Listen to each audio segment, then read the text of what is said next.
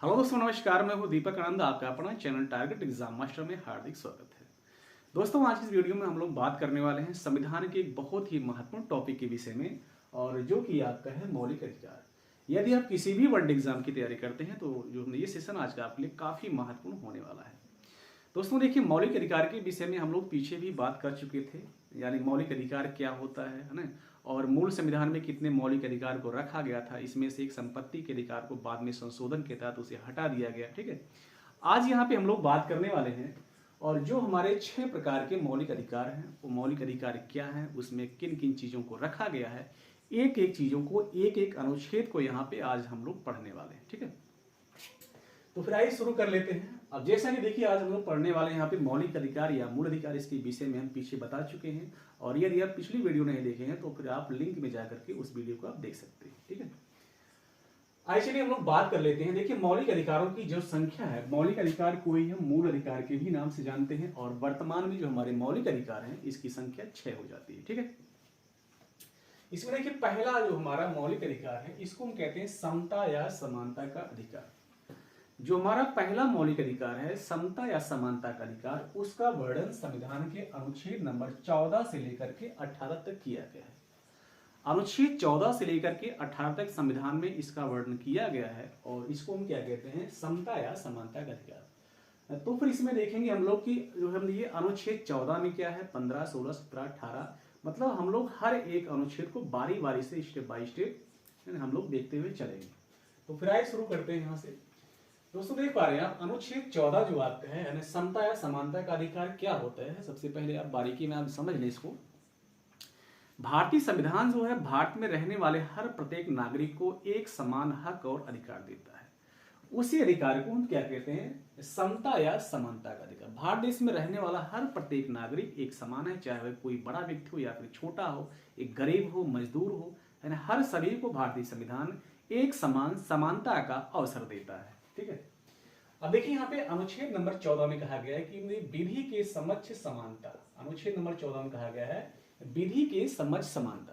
कहने का अर्थ ये है कि संविधान की निगाह में, है ना, और कानून की निगाह में भारत देश के सभी नागरिक एक समान है। विधि के समक्ष का मतलब क्या है यहाँ पे, कानून के समक्ष, है ना, और कानून की निगाह में हर प्रत्येक व्यक्ति एक समान है। ठीक है, अनुच्छेद नंबर देखिए 15 में कहा गया है कि मतलब यहाँ पे धर्म, जाति, लिंग के आधार पर विभेद पर रोक। भारत में अगर भी कोई प्रकार का धर्म है ना, धर्म, जाति और लिंग या फिर उसके आधार पे, और कोई व्यक्ति किसी से विभेद मतलब भेदभाव नहीं करेगा, ये हमारा भारतीय संविधान कहता है। ठीक है, अगले पॉइंट की बात करें, अनुच्छेद नंबर 16।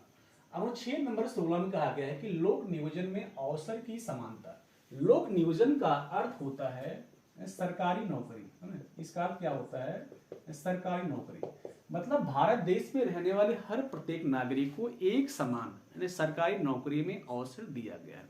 वो चाहे कोई उच्च वर्ग का हो, चाहे निम्न वर्ग का हो, चाहे वो किसी धर्म, जाति, लिंग का हो, हर सभी को सरकारी नौकरी में एक समान अवसर दिया गया है। ठीक है, अगले पॉइंट में आप देखेंगे यहाँ पे अनुच्छेद नंबर 17 में कहा गया कि अस्पृश्यता का अंत। अस्पृश्यता का मतलब क्या है कि छुआछूत। भारत देश में बहुत सदियों से जो है ये समस्याएं आज भी कुछ देखने के लिए मिलता है कि छुआछूत जैसी भावनाएं बहुत अलग अलग क्षेत्रों में हमें देखने के लिए मिलता है। तो भारतीय संविधान कहता है कि भारत देश में रहने वाले हर प्रत्येक नागरिक के अंदर और ये भावना नहीं होना चाहिए, अर्थात छुआछूत, अस्पृश्यता का अंत होना चाहिए। ठीक है, अगले पॉइंट में देखिए अनुच्छेद नंबर 18 में कहा गया है कि उपाधियों का अंत। उपाधियों का अंत यहाँ पे कहा गया है। इसके बाद चलिए हम लोग अगला बात करते हैं। अगला जो हमारा मौलिक अधिकार दूसरा है, और ये आपका क्या है, स्वतंत्रता का अधिकार। स्वतंत्रता का जो अधिकार है इसका वर्णन संविधान के अनुच्छेद नंबर 19 से लेकर के 22 तक किया गया है ना। यहाँ पे स्वतंत्रता का जो अधिकार है इसका वर्णन संविधान में अनुच्छेद नंबर 19 से 22 तक किया गया। अब यहाँ पे हम लोग बात करेंगे, एक एक अनुच्छेद की बात करेंगे। अनुच्छेद नंबर 19 में क्या है, 20 में क्या है, 21 और 22 में क्या है।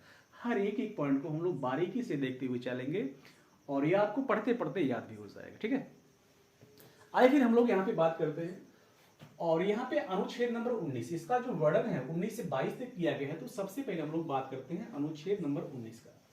अनुच्छेद नंबर 19 में अभिव्यक्ति की स्वतंत्रता दी गई है।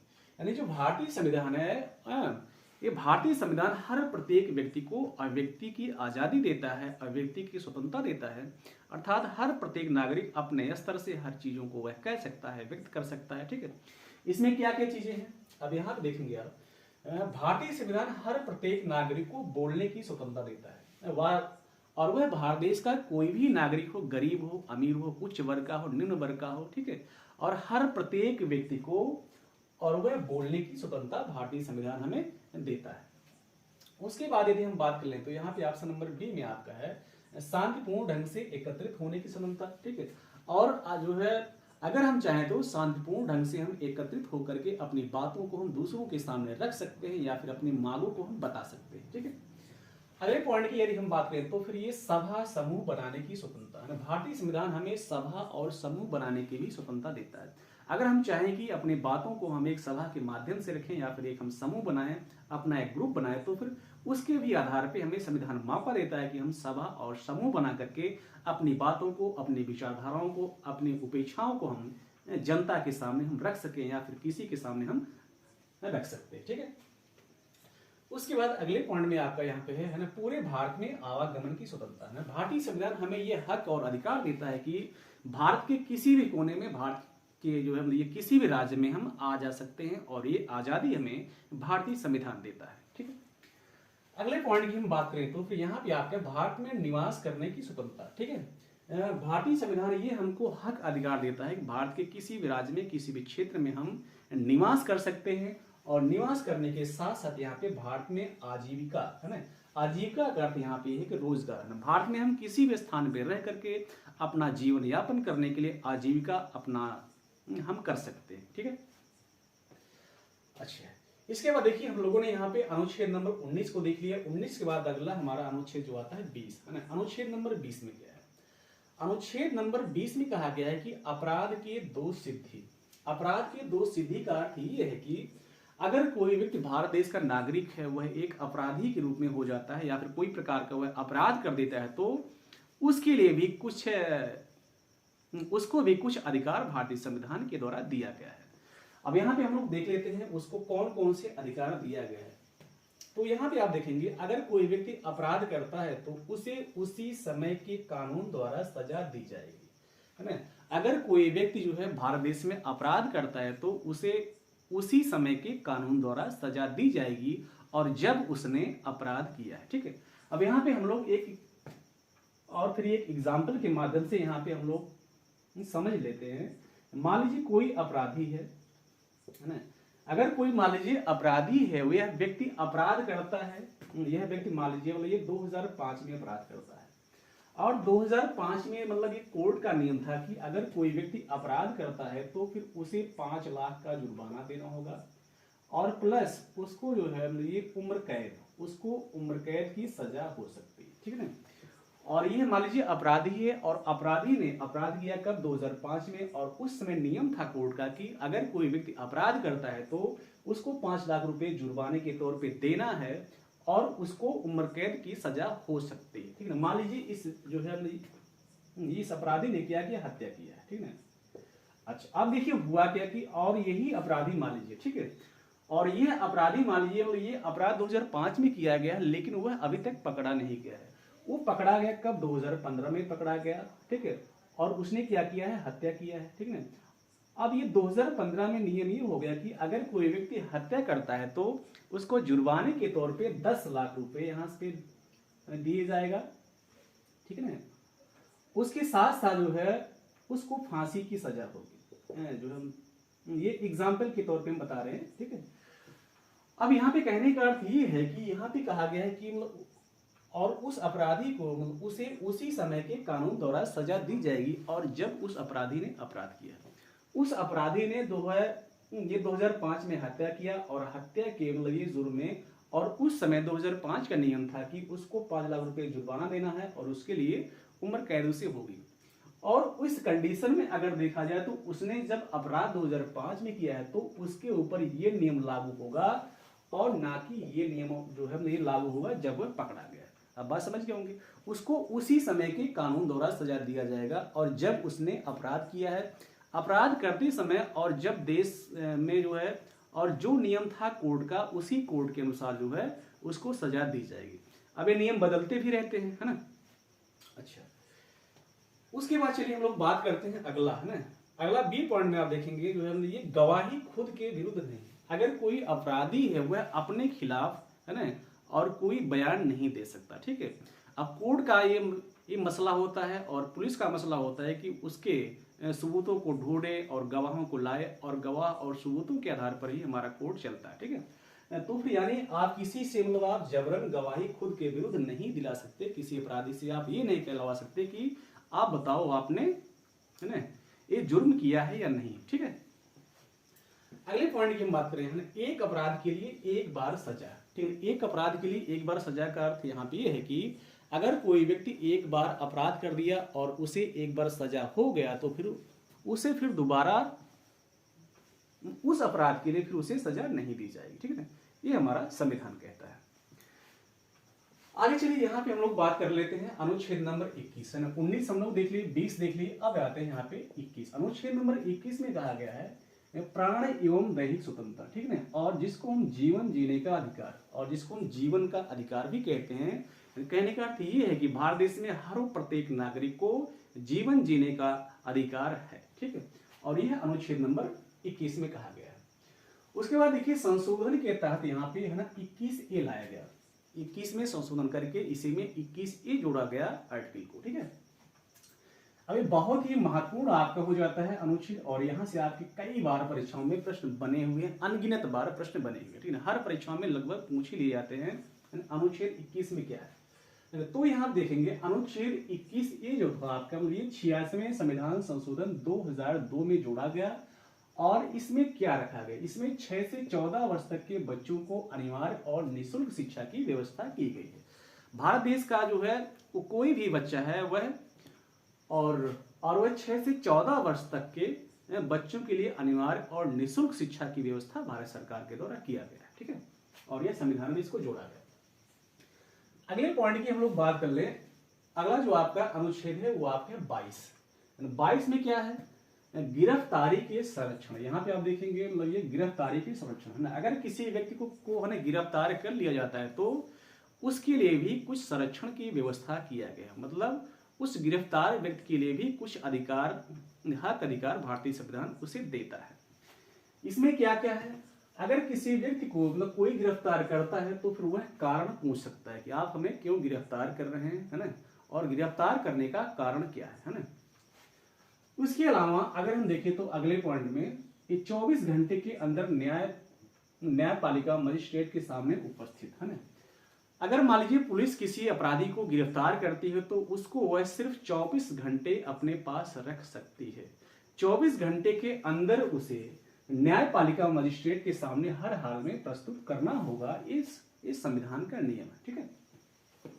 अगले पॉइंट में हम लोग बात करें तो फिर मनपसंद कानूनी सलाहकार, वह जो अपराधी है और जिसने अपराध किया है वह अपने मनपसंद का कोई वकील कर सकता है अपने तरफ से अपने मुकदमे की पैरवी करने के लिए और लड़ने के लिए कोई वह अपना एक निजी वकील कर सकता है ना। तो फिर इस प्रकार से हम लोगों ने मौलिक अधिकार के जो हमने 6 यहाँ पे भेद हो जाते हैं। इसमें से हम लोगों ने 2 पढ़ लिया। इसमें क्या क्या पढ़े, समता समानता का अधिकार, और दूसरा हम लोगों ने पढ़ा यहाँ पे और ये स्वतंत्रता का अधिकार। अब चलिए यहाँ पे हम लोग बात कर लेते हैं अपना जो है ये तीसरा मौलिक अधिकार।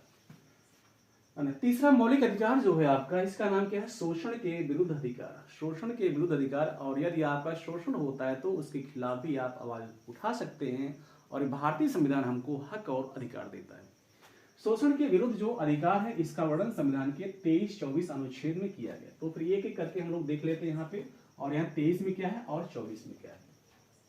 अनुच्छेद 23 में कहा गया है कि मानव व्यापार, ठीक है, मानव व्यापार यानी मानव को आप बेच नहीं सकते हैं, मानव को आप व्यापार नहीं कर सकते हैं। और फिर बालात श्रम, बालात का मतलब क्या, बच्चों से आप मजदूरी नहीं करवा सकते हैं, और बंधुआ मजदूरी पर रोक, इन तीनों चीजों पर रोक लगाया गया। मतलब क्या क्या यहाँ पे, मानव व्यापार यानी मानव का व्यापार नहीं होगा, और बालात श्रम मतलब बच्चों से आप मजदूरी नहीं करवाएंगे, और साथ साथ मतलब ये बंधुआ मजदूरी यानी किसी मजदूर को आप बांध करके अपने घर पे उससे आप काम नहीं करा सकते हैं। और ये भारतीय संविधान हमें हक और अधिकार देता है और ये रूल लागू करता है। ठीक है। अगले पॉइंट में यदि हम बात करें, अनुच्छेद नंबर 24 में कहा गया कि 14 वर्ष से कम बच्चों यानी 14 वर्ष से कम आयु वाले बच्चों को मजदूरी से रोक। अगर कोई बच्चा 14 वर्ष से कम उम्र का है तो उससे आप मजदूरी नहीं करवा सकते हैं, ठीक है, और यह एक अपराध का मामला होता है, ठीक है ना। तो फिर ये आपका हो गया शोषण के विरुद्ध अधिकार। अगला हम लोग देख लेते हैं मौलिक अधिकार अपना। अगला यहाँ पे आ गया धार्मिक स्वतंत्रता का अधिकार। और धार्मिक स्वतंत्रता का जो अधिकार है इसका वर्णन संविधान के अनुच्छेद नंबर 25 से 28 तक इसका वर्णन संविधान में किया गया है। अब यहाँ से हम लोग एक एक पॉइंट को देखेंगे, 25, 26, 27 और 28। तो फिर यहाँ पे आप देखें अनुच्छेद नंबर 25 में कहा गया है धर्म को मानने, आचरण करने और प्रचार प्रसार करने की स्वतंत्रता। भारतीय संविधान हमें और ये हक और अधिकार देता है कि हम जिस धर्म को मानते हैं उस धर्म को हम अपना सकते हैं, आचरण कर सकते हैं और उस धर्म का हम प्रचार प्रसार भी कर सकते हैं, और भारतीय संविधान हमें हक और अधिकार देता है।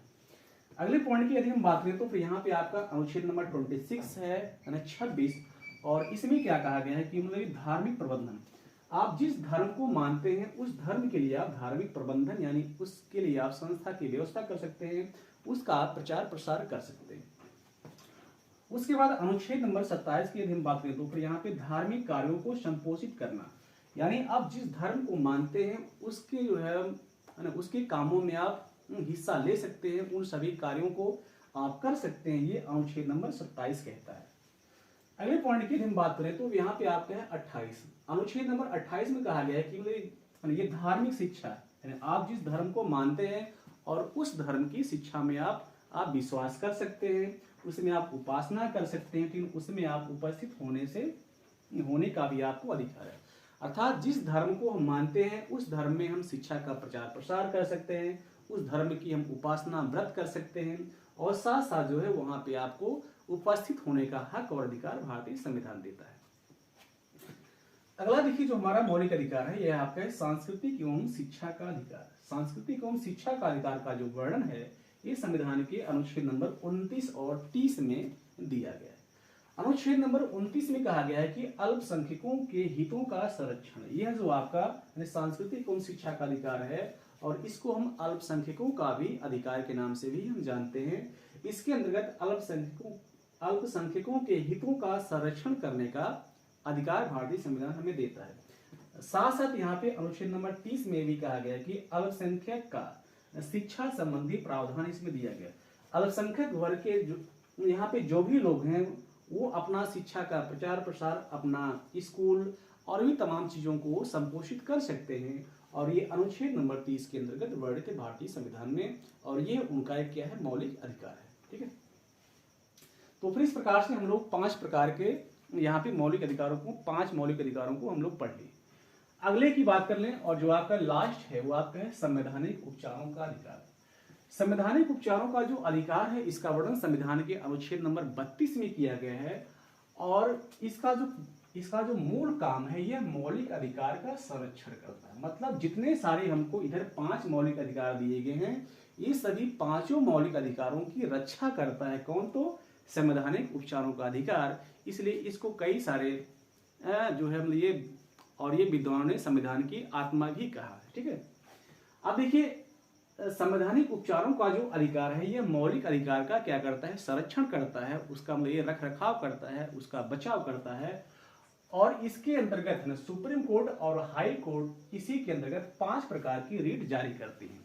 सुप्रीम कोर्ट और हाई कोर्ट 5 प्रकार की रीट जारी करती हैं, और उसको हम लोग आगे पढ़ेंगे। फिर यहाँ से आप देखेंगे अनुच्छेद नंबर 32। अनुच्छेद नंबर 32 के अंतर्गत सुप्रीम कोर्ट 5 रीट को जारी करती है, और फिर अनुच्छेद नंबर जो है ये 226 के अंतर्गत हाई कोर्ट जो है ये 5 प्रकार के रीट को जारी करती है। तो आज के लिए दोस्तों इतना ही। अगर वीडियो पसंद आया तो लाइक शेयर सब्सक्राइब जरूर करें, और क्योंकि आपके लिए हम ऐसी वीडियो लाते रहते हैं। ओके, थैंक यू, मिलते हैं नेक्स्ट वीडियो में।